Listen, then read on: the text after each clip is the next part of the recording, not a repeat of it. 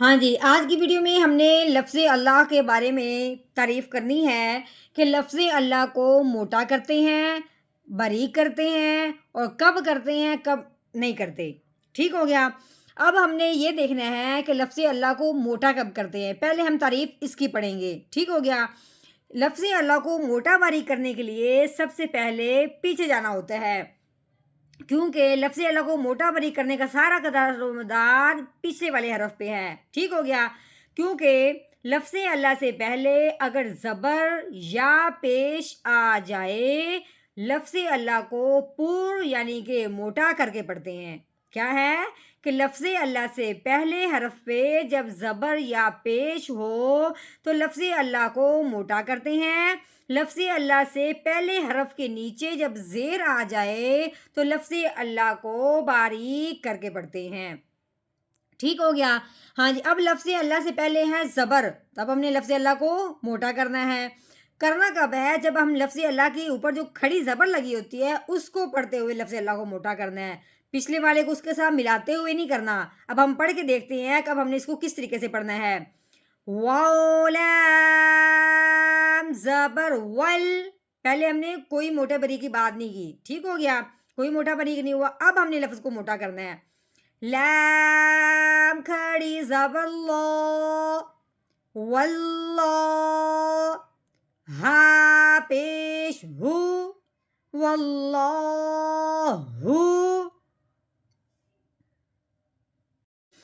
ہاں جی، جب بھی ہم نے کوئی حرف پڑھنا ہوتا ہے تو اگلے حرف کو ضرور دیکھنا ہوتا ہے۔ ٹھیک ہو گیا؟ اب یہ دیکھنے میں تو یہ الف ہے، الف کے اوپر کیا لگی ہوئی ہے؟ زبر لگی ہوئی ہے۔ الف کے اوپر زبر ہو، الف کے اوپر زیر ہو یا الف کے اوپر پیش ہو تو اس الف کو الف نہیں پڑھتے، اس الف کو حمزہ پڑھتے ہیں۔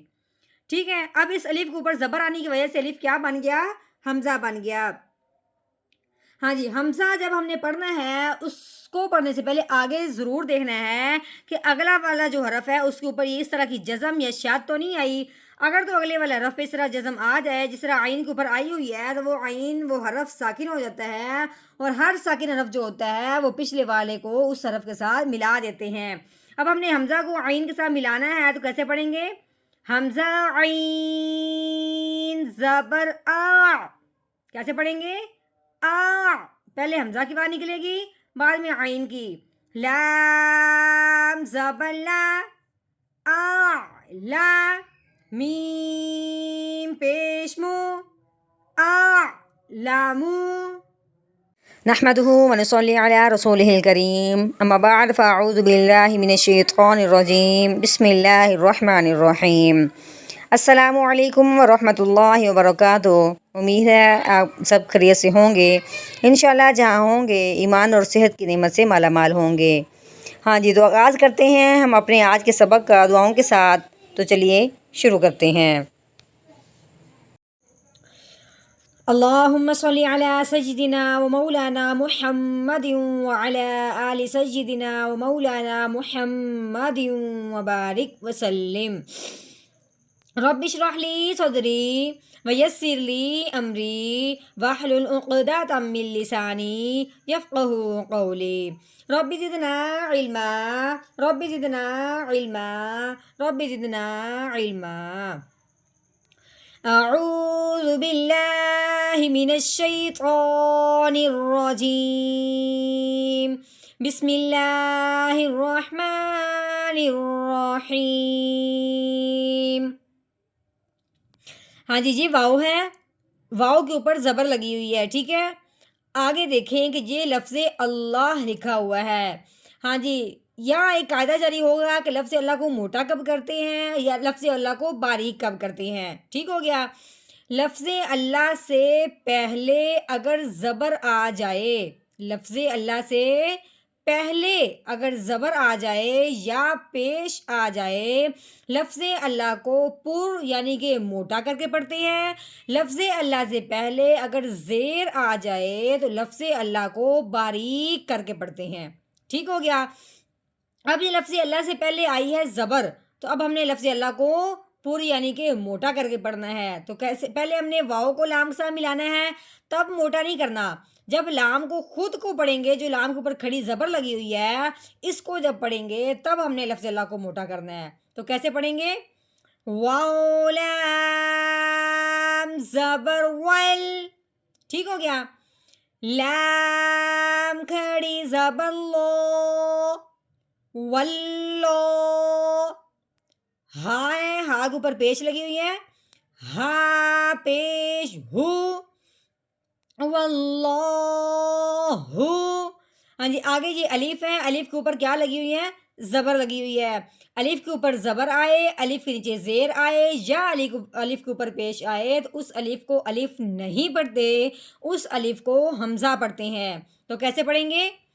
اس کو پڑھنے سے پہلے آگے دیکھتے ہیں کہ آگے عین ہے، عین کے اوپر دال نما جزم بنی ہوئی ہے. اس جزم کو جس حرف کے اوپر بھی لگا دیتے ہیں، یہ جزم جس حرف کے اوپر لگ جاتی ہے اس حرف کو ساکن کہتے ہیں.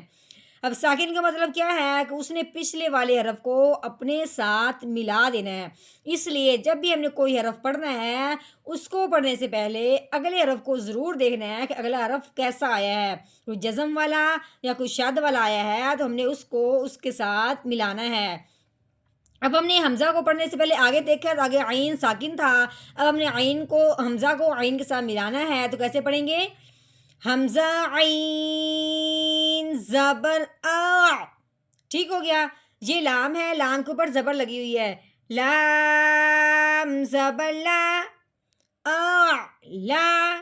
یہ میم ہے، میم کے اوپر پیش لگی ہوئی ہے، میم پیش مو آ لامو. ٹھیک ہو گیا. آگے یہ با ہے، با کے نیچے زیر لگی ہوئی ہے.